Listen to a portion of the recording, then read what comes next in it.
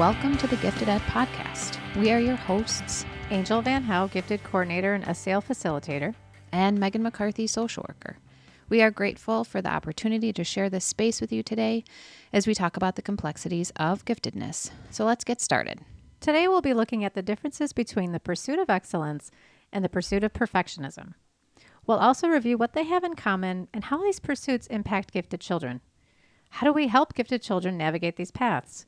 And lastly, let's look at ourselves. Whether you're a teacher or a parent, it's important to consider how your pursuit of excellence or perfectionism impacts gifted kids.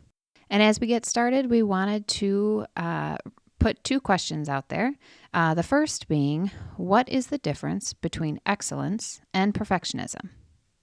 And the second question being, will one promote a healthier experience over the other? So let's consider these two case examples. We'll start with Johnny. Johnny's assignment is to write about his summer vacation. The teacher provides a rubric for him, but Johnny continues to question the teacher for more specifics. The teacher explains that the assignment is more open-ended and explains that Johnny can make executive decisions about certain details. She also refers Johnny back to the rubric, but Johnny still worries about not including, quote, the right details in the assignment because the teacher might take points off. He can't have anything less than 100% on the assignment.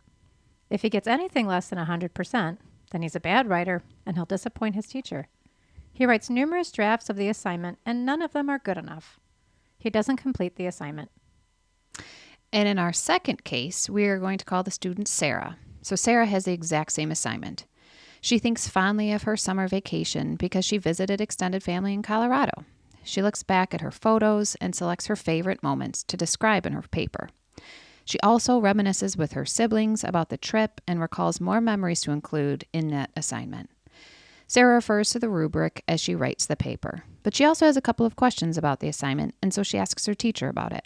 Her teacher explains that the assignment is open-ended, and Sarah embraces that creative liberties that it gives her. She includes links to tours and museums that they visited as a family, even though it wasn't part of the original rubric, but she still enjoys the process of writing, and she completes her assignment. So Johnny's example highlights perfectionism, which is the pursuit of never failing. You put forth effort only if the outcome equates with success.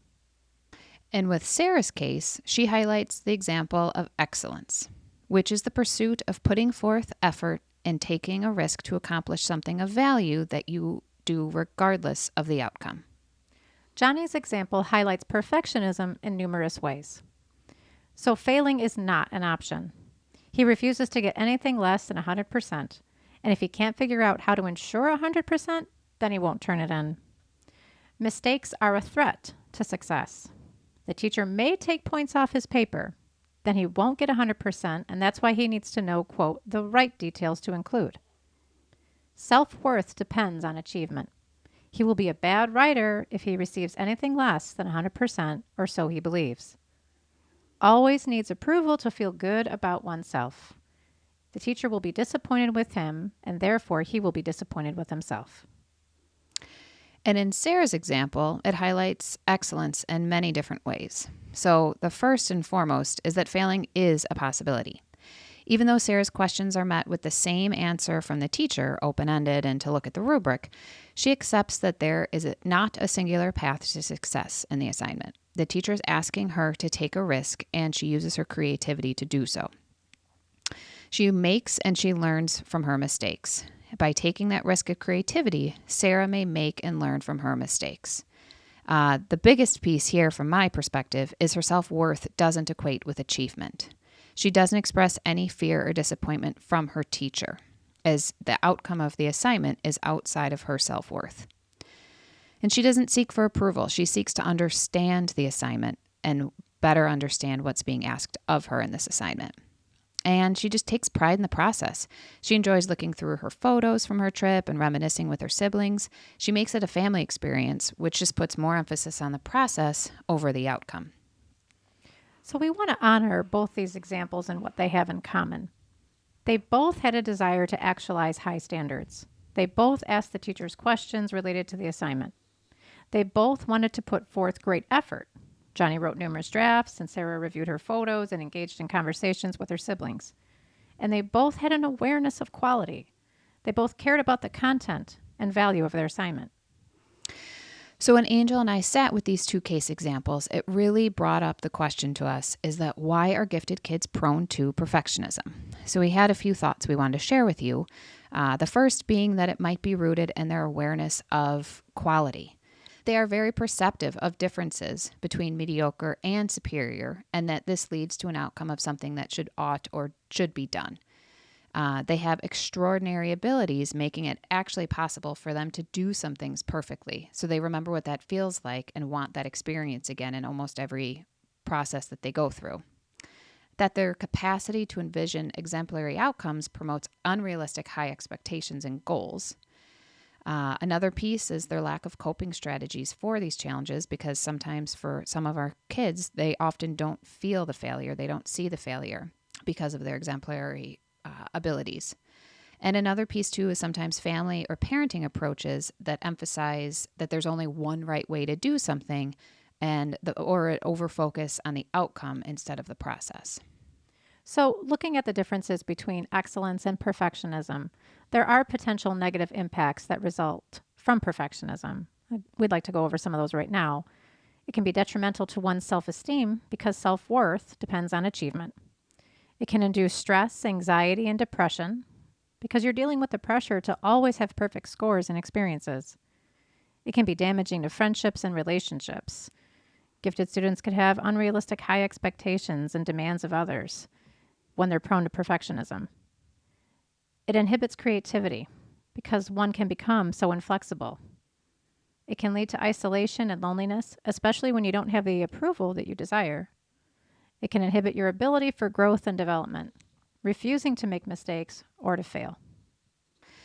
So when we sit with a process that's rooted in excellence, we find that it really does promote a growth mindset, that making mistakes or failing is acceptable, and that only leads to learning and growing from that experience. That one's self-worth is not dependent on the achievement, which makes it easier to make mistakes and reduce anxiety and stress because you don't have the pressure to have a perfect score or experience. That you develop confidence in the process of learning and not just the product. And because you allow yourself to make mistakes and fail, you can take more and greater risks that stretch you to grow. That you can bring that experience then into the next assignment that you were tasked with. And that you're more likely to be flexible and access your creativity. And just overall, that excellence allows a growth mindset to develop and therefore enables you to be more resilient in the face of life's challenges. So there are things that we can do to help gifted children with perfectionism. First off, we can provide them with SEL instruction about the paths of excellence and perfectionism. We want to expose students to lessons and discussions about their self-talk and expectations that can facilitate awareness of their actions. We can help them reevaluate their standards and revise them into achievable goals. We can help them celebrate the progress, process, and mistakes that they've made. We can also teach priority strategies for assignments. We can provide clear expectations in the form of a rubric. We can provide opportunities for self-evaluation and reflection, an opportunity for them to compare where they began and where they ended up, perhaps in a certain topic, or perhaps during a trimester or semester. We can build a trusting rapport with them. We can affirm their desire to actualize high standards and promote discussion. A phrase that I heard once that stuck with me was, "It's just not quite the way you want it yet, is it?" We can help them mentally filter their thoughts to help them focus on positive efforts of the process through visualization, and we can encourage them to engage with relaxation techniques. So in summary, we recognize that gifted students have the desire to actualize high standards. They have the awareness of quality and to put forth great effort in their endeavors. The paths of excellence and perfectionism lead to very different destinations. The path of excellence supports gifted children with a growth mindset and ultimately more resilience. The path of perfectionism can lead to limitations that minimize gifted students' potential. We as adults can facilitate their journeys as we educate them about how to approach and understand their standards and expectations. But before we can help them, we must ask ourselves, which path am I prone to follow? Our own perfectionistic tendencies impact the way we live our lives, whether we are aware of it or not. So with that being said, let's focus on some reflection questions. Do you have perfectionistic tendencies? If so, can you think about how this impacts your own professional growth? Also, think of a student who struggles with perfectionism. How might you approach that student differently now?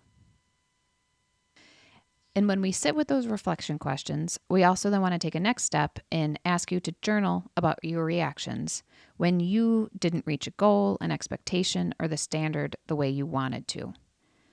Make note if your mindset is in step with a path of excellence or a step to perfection.